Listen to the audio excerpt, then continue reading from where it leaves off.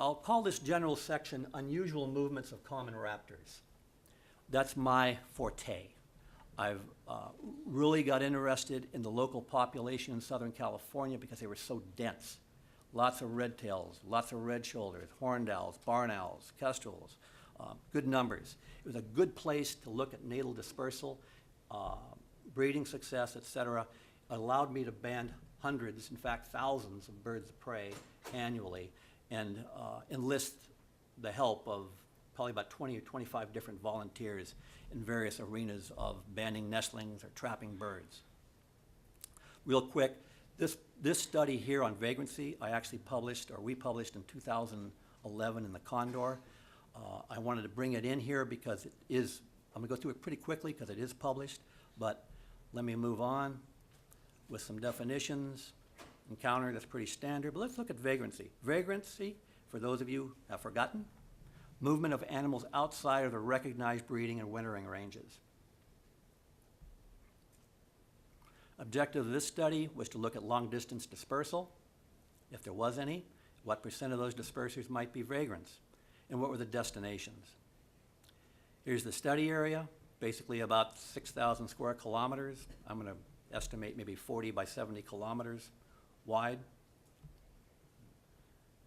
I selected the red-shouldered hawk for this question because it's largely insular. It's a big island, but insular in terms of its isolation from the East Coast populations, or Midwest and Eastern. And I should be able to detect band recoveries out there in the Great Basin and elsewhere if there were any. So we banded about 2,700 red-shouldered hawks. We've now banded about 3,000 something, so the results are very much the same since 2009. Other researchers banded 127. Those were done mainly historically. Jim Wiley, you might remember Jim from several decades back, banded some of them. We attached backpack units, and then we utilized all that good information from the bird banding laboratory and had 119 subsequent encounter records. We learned that after some statistical analysis that 100 kilometers is the distance at which the frequency distribution for dispersal becomes asymptotic, identical to what Dr. Dykstra found in Ohio. It's kind of an amazing number. We had 119 encounters. 113 of those, 95% were from our study. Dispersal was skewed toward the shorter distances with a median of 24.1 kilometers. That's pretty tiny. For an animal who can disperse great distances, it's not much. The common definition or the logic behind dispersal is to get away from the potential of breeding with any of your siblings or your parents or any other combination of relatives. So why breed close to your area? Mean dispersal distance was something like 55.2. Of course, the mean is more affected by outliers. We like to look at the median when looking at dispersal. So let's look at dispersal from these 119 birds. And what you see is, of the 10 birds, there were 3 outliers here. Out there at roughly 400 to 800 kilometers from their natal nest. Those were our 3 vagrants. What's interesting or unique about this study is there was lots of anecdotal evidence and good studies on vagrants, but we never know the origins of those vagrants. We knew the exact location of these 3 vagrants. So it's a little different twist on the usual vagrancy study. I'm kind of proud of it, actually. We had 10 long-distance dispersers. Of those 10, 3 of them were vagrants. And what we learned in terms of survival is in those lower 2 bullets, which suggests anyway that your life expectancy increases the closer you stay to your natal nest. You get out there and start wandering, there's a good chance something's going to take you out. We also radioed with VHF units, some 20 some odd birds, 23 birds. A quick fly over the area, like over 3 months, revealed that a lot of those birds weren't in Southern California anymore, suggesting that they went outside their normal boundaries. And indeed, if you look up Richard Glinsky's book, that nice book in 1998, you'll see that he has a nice distributional map of vagrants. red-shouldered vagrants that landed in Arizona. They don't, as a rule, breed there, although they do more frequently now. But that was very suggestive that some of our birds might go there. But they didn't. They did disperse everywhere else, kinda. The three most interesting birds is this vagrant up here, who went up by Wellsville on the, basically the Nevada-Utah border. One went down to southern Baja California del Sur, and then we had one go to Las Vegas terminal. He literally was found on Sunset Boulevard. This is a classic vagrancy or dispersal pattern. Basically all directions. There's even a little bit west out there towards Santa Barbara. Of course, we didn't get any in the Channel Islands. They've never been observed there, to my knowledge. So the conclusions about red-shouldered hawks. Displayed shorter life expectancy than those long-distance dispersers displayed much shorter life expectancies than those that were encountered less than 100 kilometers. And LDDs have the opportunity to spread their genes over a wide area, but rarely do. Remember, when you're a vagrant and you're thinking of finding a nesting territory, they're not common to find that habitat, and you need a mate. Those don't often come together in the same time. Okay, onward to red-tailed hawks. This article was just published in the Journal of Raptor Research in the March issue, so some of you will be familiar with it. It's kind of special, not something that we anticipated, and this study has been modified. We analyzed data through 2009 for this particular subject. We also analyzed data from 2009 to 2015, and we'll look at that again. So for those of you who are in Argentina and saw this, we have some new information. I knocked out studies of North America. We did look at that, but not so interesting compared to the exact study area and the Pacific Flyway. I'll explain in a moment. So we analyzed encounters and recaptures from 1970 to 2009 in our study area from our birds, and also from the bird banding laboratory from 1940 to 2009. Also radioed some 26 satellite units. I can't thank the Nature Conservancy enough and the Irvine Company for providing the funding for the first 5 units. It just totally changed the whole dynamic of this study and what we could do. Also, 2 local Audubon chapters provided some money for 2 more transmitters, and the Navy contributed a little bit of money. This is what North America looks like if you wanted to know where are red-tailed hawk nestlings banded in North America as nestlings, and where they might be later recovered. And you'll notice the banding locations are red, the green ones are the recovery locations.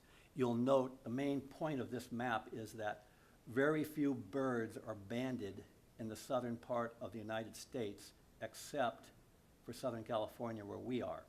So this is kind of a unique area, and one wonders if the results that I'm about to provide you wouldn't also occur if they were studied further east and deep into Mexico. Note that there are none banded as nestlings in Mexico and later recovered.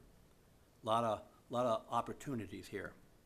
This is what those nestlings did when we looked at birds that were less than 46 months of age and they traveled greater than 100 kilometers. This is the result of that analysis. And basically, we had birds moving as much as 1,400 kilometers into Montana. They crossed the Continental Divide. Of interest in the later part of this discussion, you'll learn that they all come back to the same natal area, not just the natal region, but a very tiny area next to their nest. There's a lot of opportunities to breed between Montana and Southern California, but they don't do that. Note the one arrow dropping deep into Mexico in the Baja. That bird, we later learned from our radio transmitted birds, is likely a bird who migrated north first and then went south. This is what the Pacific Flyway looks like when looking at all band recoveries of birds banded, red-tails banded as nestlings, and recovered when less than 46 months of age. That 46 months figure we developed as a result of what we learned from the satellite transmitters in terms of their ages. What is interesting about this analysis here is that at 38 degrees, we found that the majority of birds banded below 38, red-tailed hawks generally move north. And above 38, red-tailed hawks move south. Now, that's not to say there aren't some birds further north that do move north, but in fact, the majority of animals follow this pattern. So we banded 5,460 nestlings. We had 205 encounters. Again, we used that definition of less than 46 months, 100 kilometers. 64 of them were good birds. We had 17 PTTs that provided good data. Using circular statistics, what this circular histogram displays is the fact that this is where I live, between 30 and 35 degrees north. There's a general pattern of birds moving to the north. It's in fact statistically significant. If you look just in the next area above, which is where 38 degrees lies, you'll notice it's not so definitive. There are birds going north and birds going south. It's a gray area where you would anticipate some animals going in both directions. If you go to the upper two histograms, up to 10 degrees further north, they essentially predominantly go south, which of course we've known for ages. What we didn't know is that southern birds would go north. We always thought that southern birds were in fact resident. Here's a very close look at 21 first year and subsequent spring-summer migrations of PTT-equipped hawks. You'll note they go north, 0 degrees. Very definitive chunk of data. So let's look at all the birds. These are all the satellite transmitted birds on their northbound migration, their first northbound migration only. General trend is obvious. But let's look at one of those birds. This bird lasted or survived for 4 years. This is a bird banded in Laguna Canyon of Orange County, California. She was in a big eucalyptus. And she made 4 migrations north before her final migration to the south, where she was electrocuted. But she's kind of the Rosetta Stone of what red-tailed hawks do from Southern California. Primarily, what I wanted to point out here is the dates. Look at the left side of the text, natal area departure date. She leaves on the 4th of July in 2004. In 2005, she's migrating on the 6th of May. In 2006, she's migrating on the 2nd of May. I mean, these birds are moving north at a very early date. And then she switches to 18 June. The punchline is there's a lot of variability, both in departure and arrival dates, whether it's the spring migration, what we would call the winter migration or the spring migration. There's a lot of differences. Here's her summer area departure dates, leaving on the 19th of August. Basically, she's joining the normal group of southbound migrants, maybe leaving a little earlier. But look how long she stays in 2007. She hangs out on the 1st of November. Or take that back, she departs on the 24th of August, but she doesn't arrive back in her natal area till the 1st of November. So, since Argentina, we had a whole bunch more recoveries, 18 in fact. Not a whole lot new here, but I thought you'd like to see it. So, in summary, why migrate north in the desert in summer? High density of successful nesting adults in the southern, in the breeding grounds. There are a lot of red tails in southwestern California. There's low prey availability in early summer. I'm not saying that as a fact, but in general, that's my perception. Other biologists who live in the area feel the same way. There's very little water in midsummer. Actually, after May, there's very little water. And in contrast, going to a summering region like the Great Basin or the Central Valley, there's lower nesting densities, fewer territorial adults, young prey emerging at higher altitudes. And remember all those Great Basin islands out there? There's a whole suite of islands with lots of different habitats, lots of different ecotones, and different species of squirrels and rabbits and snakes emerging at different times, depending upon the altitude of those mountain ranges or valleys.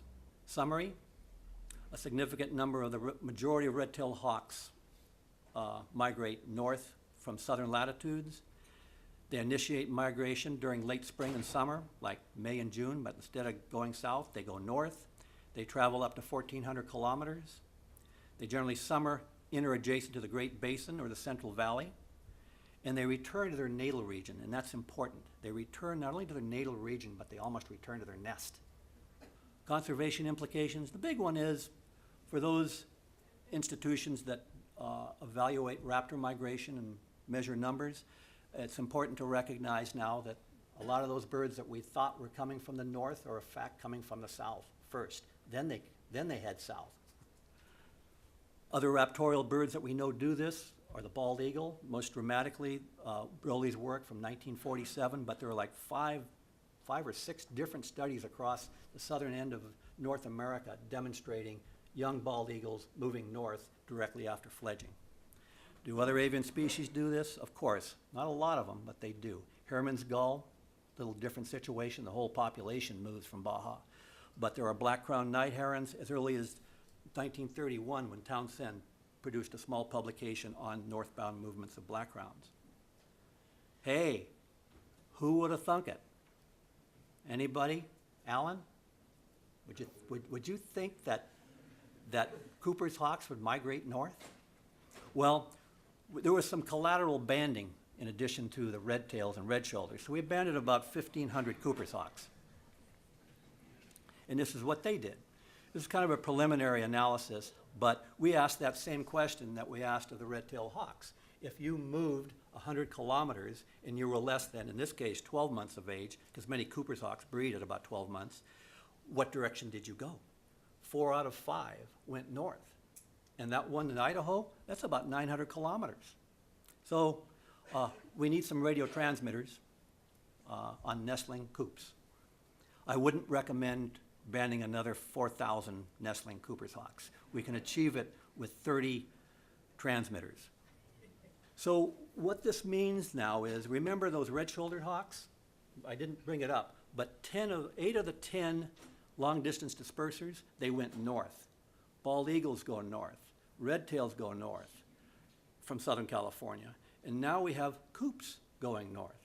So what other species might also do that? And by the way, not just raptorial species. Why would coops go north? There's a whole lot of songbirds heading south in that fall. They're going to hit this tide of songbirds coming south as they're going north. Makes good sense. Of course, I'm speculating.